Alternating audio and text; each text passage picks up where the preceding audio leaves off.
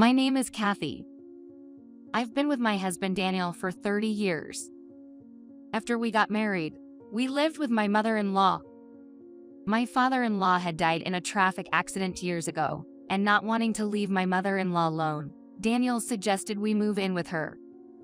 She passed away last month due to illness. My mother-in-law was a stubborn and quirky person. I struggled a lot when we first started living together. Your cooking is terrible. I'll do all the household chores, so you don't have to do anything. She said so and wouldn't let me help with housework.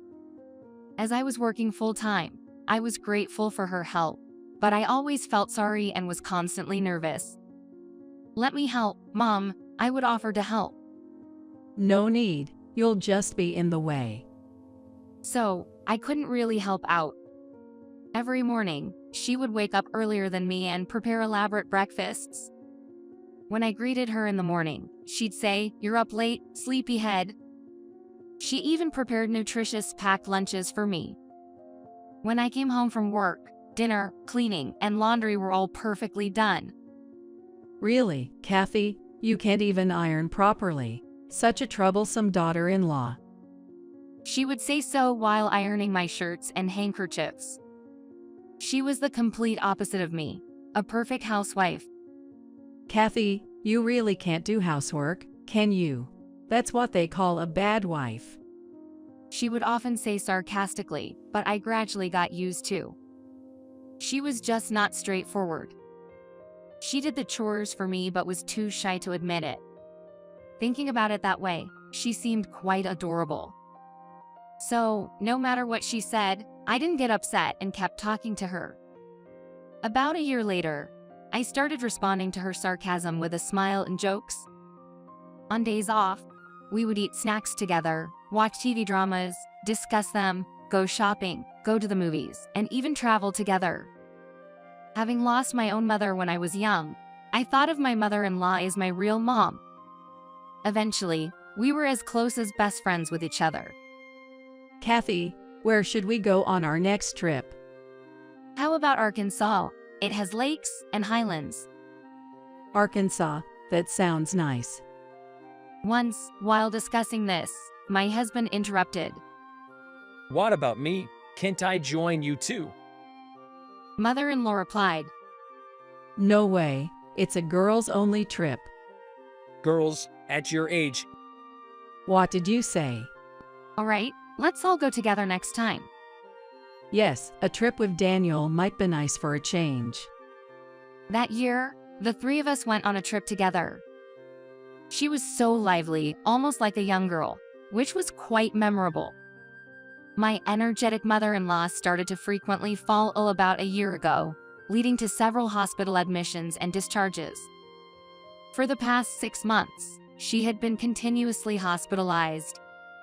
I nursed her earnestly, trying to repay the kindness she had shown me in doing the household chores. But during her hospitalization, not a single relative came to visit. My husband's brother, her eldest son, and his wife left all the caregiving to me and never showed up. Of course, I had kept them informed about her condition over the phone. One day, I asked my husband, "Why doesn't your brother visit her?" He then told me, He married his current wife just a week after meeting her. Mom opposed it, suggesting they wait and see, but he got angry and went ahead with the marriage anyway. Since then, they've been estranged. Hearing this, I said, "But opposing their marriage so quickly is a normal parental concern. Meeting someone for just a week and deciding to marry is too hasty." Later, I learned that my brother-in-law and his wife had lied to the rest of the family, claiming they were opposed for marrying a long-term partner, causing the relatives to ostracize my mother-in-law. She tried to explain the misunderstanding to the relatives, but her inherently eccentric personality made it hard for them to believe her. "So, is it because of your brother that no relatives visit her?" "Yeah," my husband nodded. I tried explaining to them, but it seems they already disliked Mom and remained distant. I felt deep sympathy upon hearing this. My mother-in-law might have been difficult, but I knew she was just shy and clumsy. Moreover, she was not only estranged from relatives. She didn't seem to have friends to visit or go out with, living a lonely life. To ensure she wasn't lonely, I took a leave of absence from work and visited her daily, staying by her side as much as possible. She would say, "How are you managing the housework without me? Don't worry about me. Go home and take care of the house." But I just smiled and brushed it off. However, her condition didn't show signs of improvement and continued to worsen. Then one day, she passed away peacefully in her sleep. Both my husband and I shed so much tears. Even after receiving the news of her critical condition, her eldest son and his wife didn't come to the hospital. They didn't even attend the funeral. A week after the funeral, my brother-in-law and other relatives suddenly showed up at our house. They wanted to discuss the inheritance. I was unaware, but my mother-in-law owned several properties and had a substantial fortune. I'm the eldest son, so I should receive the most.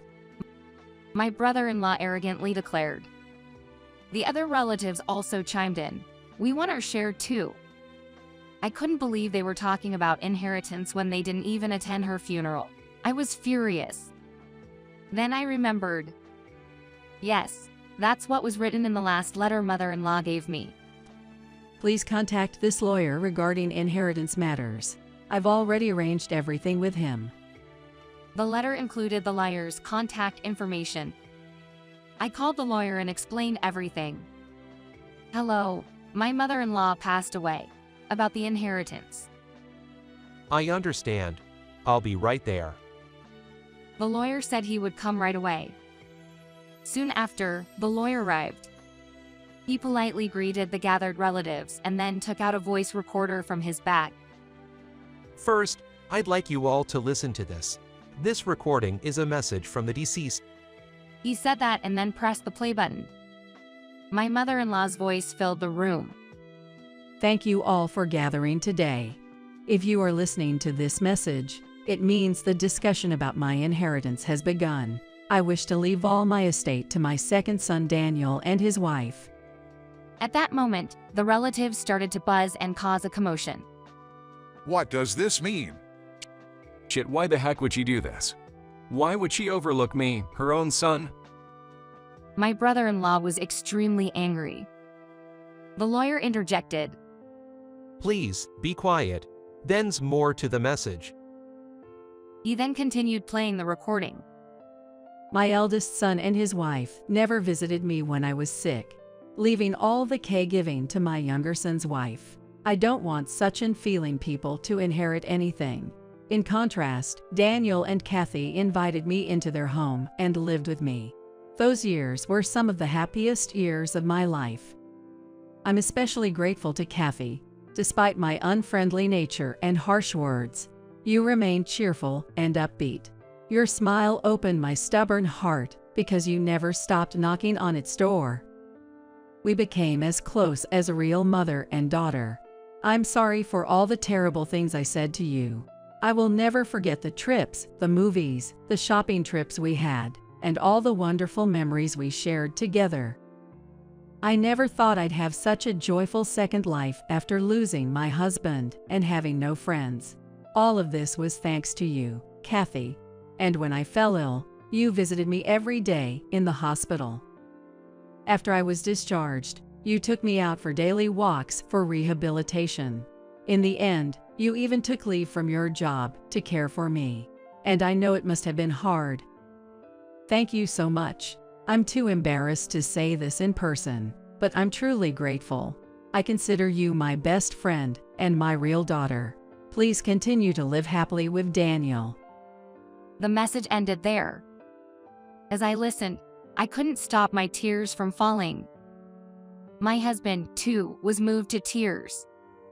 The deceased recorded this message a week before she passed away, the lawyer explained. The will stating that all her estate goes to the younger son and his wife is also documented.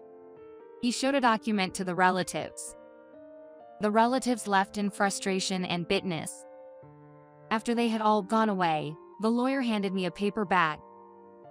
This was left for you by your mother-in-law. Inside the bag, I found a bank book, property deeds, and a notebook. The notebook was filled with handwritten housekeeping tips. It includes recipes, cleaning advice, and stain removal techniques, complete with illustrations. My mother-in-law, knowing I struggled with housework, must have prepared this for me. Seeing this, I cried again. In front of her portrait, I joined my hands and whispered, "Thank you, Mom. I'll do my best with housework using this notebook. I'll cook delicious meals for Daniel, just like you would." Since then, I often sat in front of her photo to share various things, even minor grievances about Daniel. "Mom, your son left his socks inside out again. He's just like a child sometimes, isn't he?" "Mom, today I tried your hamburger recipe. The shape was a bit off, but it tasted great." And of course, I shared the most important news first. "Mom, I went to the clinic today and found out I'm pregnant. Will it be a boy or a girl? I know you'd be happy. What should we name it? Please watch over us so that the baby would grow up healthily."